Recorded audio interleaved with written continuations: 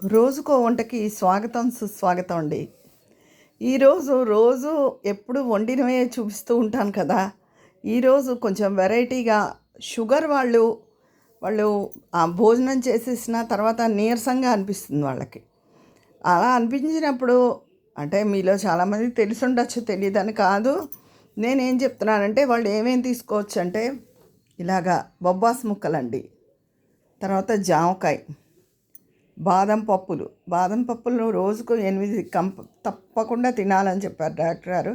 ఇవి నానబెట్టుకుని పొద్దున్న నానబెట్టుకుని సాయంత్రం తినచ్చు, రాత్రి నానబెట్టుకుని పొద్దున్న తినచ్చు.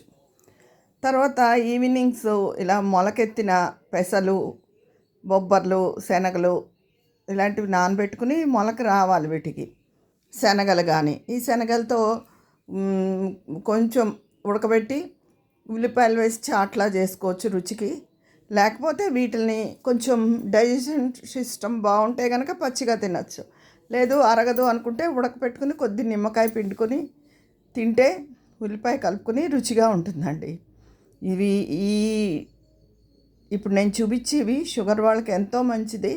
మామూలుగా ఎదిగే పిల్లలకు కూడా చాలా మంచిది. మొలకెత్తిన పెసలు, అన్ని రకాల పప్పులు, ఇలా శనగలు, బొబ్బాస్కాయ, జామకాయ, ఇలా బాదం పప్పులు ఇవ్వండి రోజుకో వంటలో నేను చూపిస్తున్నవి ఇవి. ఈ వీడియో నచ్చితే లైక్ చేసి కామెంట్ చేయండి.